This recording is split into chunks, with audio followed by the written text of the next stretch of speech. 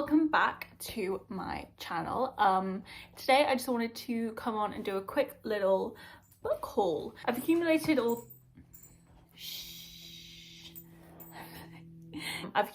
over the last 3 months, so I've not just done like a big book spree. This is like a couple books here, a couple books there, but yeah, the first book is Summer Girl by Elle Kennedy.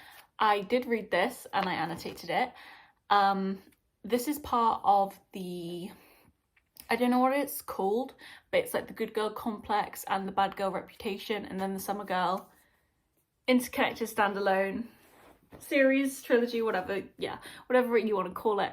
I really enjoyed this. I think it was probably my favourite one out of all three, but I really liked the first one, wasn't as keen on the second, and then I really love this one, so I would definitely really recommend this series. It takes place, as the others do, on at Avalon Bay, and the main love interest is Tate, who we see in the other books, and then our main girl is Cassie, who we just meet in this book.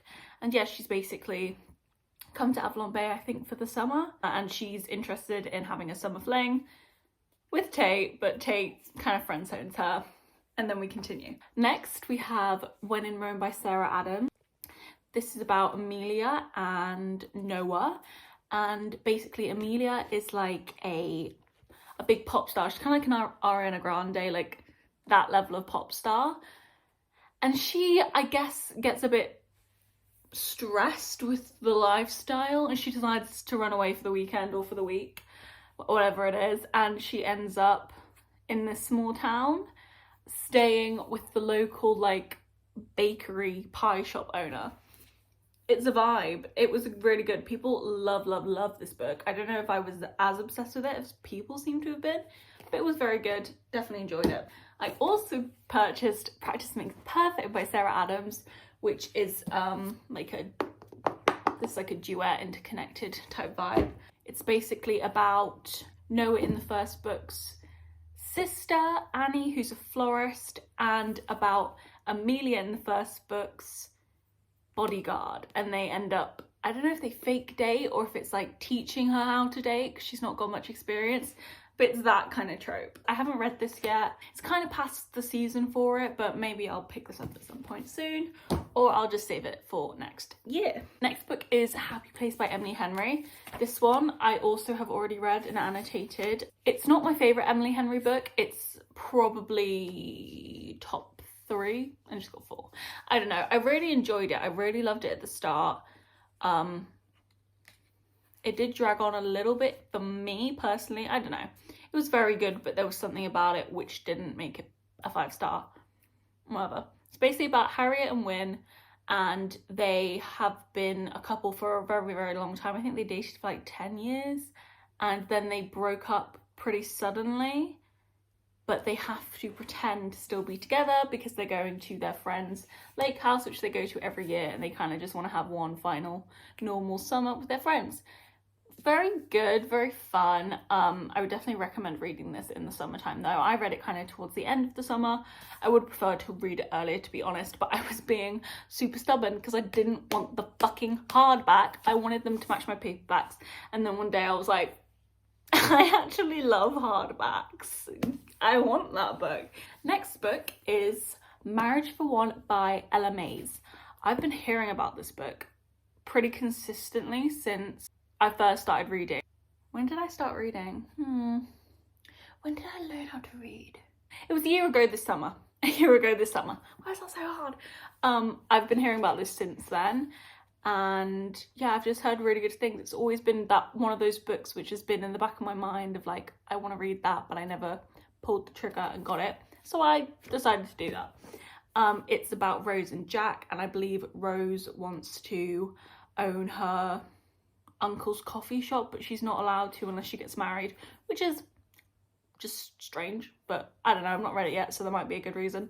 So she ends up marrying Jack. I don't know, I think he's her lawyer or someone's lawyer, maybe her uncle's lawyer. I don't know, I believe he's a lawyer. And he offers to marry her because I think he loves money. I don't know, you'd have to ask him. Next book is The 7 Year Slip by Ashley Poston. this has been probably the book of the month on Bookstagram. It's been very, very hyped. And it was very, very good. I did read this already as well. It's about Clementine and what's the guy's name? It doesn't say on the back, so how the hell am I meant to remember? I'm so bad at remembering names. Ewan? Basically, Clementine's aunt has recently passed away and she moves into her apartment, and her apartment does this crazy thing where it will just suddenly take you 7 years into the past, completely randomly. You never know when you're gonna be past, present, future, whatever. And Clementine ends up meeting Ewan. She meets him and they have a lot of chemistry and they fall in love, blah, blah, blah. Next book is Powerless by Lauren Roberts. This is another book which has been like the book of the now. This is a cool book right now.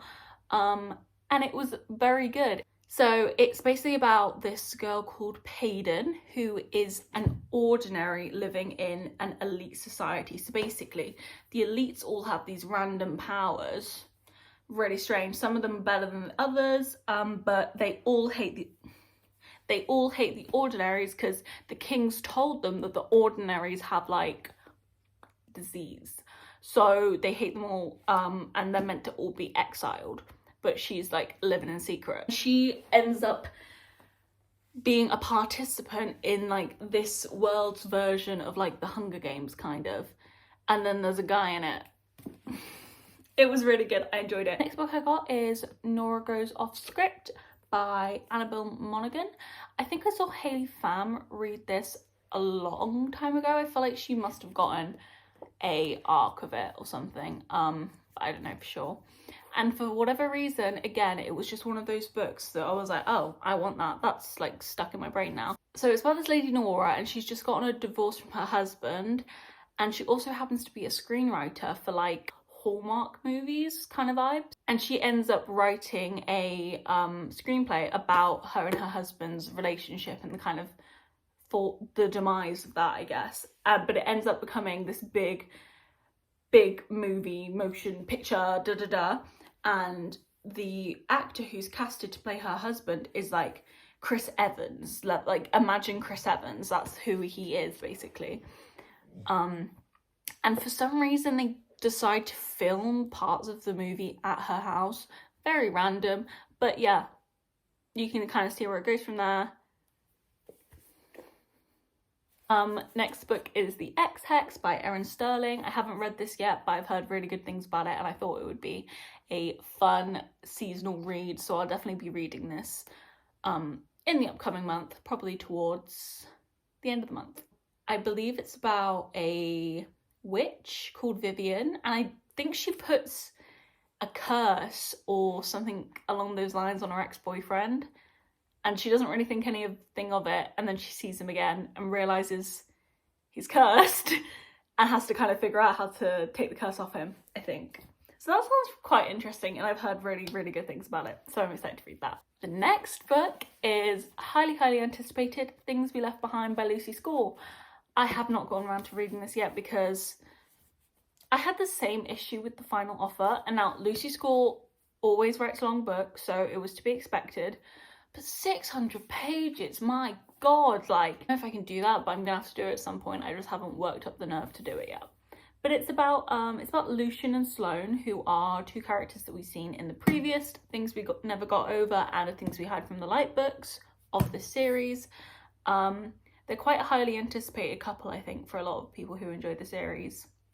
Definitely for me. Sloane is basically the town librarian, and Lucian is kind of like a big money man. Like, he works with big money shit, but he also kind of seems a little bit like dodgy. And they have history. We don't know really what the history is. We don't know what's going on with them, but they seem to have a lot of history. So yeah, I'm excited to read it. I've seen mixed reviews on it though. I've seen some people kind of disappointed because we were all really, really excited about this couple. But then I've also seen people give it a 5-star and say it's their favourite in the series. So who knows? The next book is Control by Melissa Cassira. I feel like I saw one Instagram post of this, and for some reason it just really I think I was reading Truly Devious at the time, and I really enjoyed the like academy private school setting of that. And this kind of has the same thing. So I was like, oh, maybe that would be good. It's about Natalie and Henry, I believe. And Henry is a precog, is what they call him, and he basically sees precognitions of things that are going to happen in the future, and he sees Natalie getting murdered, and he decides he's going to try and stop that from happening, but that is a big no-no in precog society. There's a little tab here. That's how far I got, and then I decided to DNF it. I don't know if I would say it's for a younger audience, because it does have some more adult themes at times, like slightly, a little bit teenage-y, too teenage-y for me. The next book I got was Serenading Heartbreak by Ella Fields. I've already read this. This was another one which I saw right when I first started reading, and for some reason it stuck in my head that I really wanted to read it. I ended up just getting it. I was like, I'm never going to read it unless I buy it, and then I bought it and I was immediately like, oh shit, I want to read that so bad now. It's basically about, well, it doesn't say any of their names on the back and I can't be bothered to flick through, but from my recollection, it's a girl and she ends up falling in love or having a romance, whatever you want to call it, with her brother's best friend, who is also in her brother's band. Things happen there, and that kind of implodes, and then she goes off to college and she has a relationship with another guy who is a baseball player. He's kind of like jockey vibes, and yeah, that's it. I have read this. It was entertaining, fast-paced, engaging, but it was not anything too special or incredible to me. But it's kind of like when you watch like a really trashy TV show, or like, you know, something like a reality show or something. You're not like sat there reading it like, this is art, like this is incredible, but you are enjoying it, you are having a good time, and that is probably this book for me. Next book, Darling Venom, another one which I've seen for a really long time and always wanted to read, so just decided to buy it. I haven't gotten around to reading this yet, but I'm very excited to.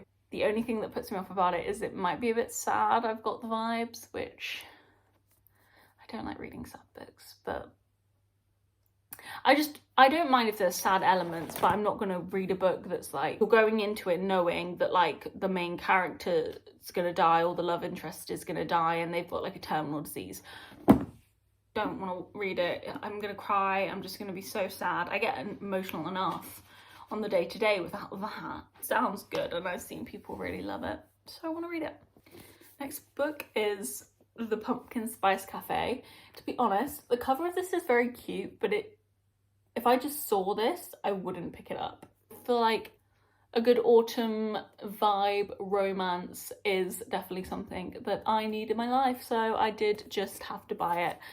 Hopefully it really does give all the autumn vibes that I need. Next book is My Roommate is a Vampire by Jenna Levine. Again, I feel like I just got this for the season. It's October. Fun twist on a romance, potentially. I don't know.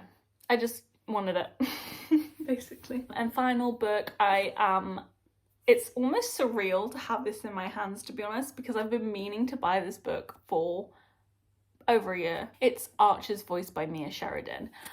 If you don't know what this book is, then I doubt that you've ever watched a booktube video or been on Book Talk or books, anything related, because this is so many people's favorite book.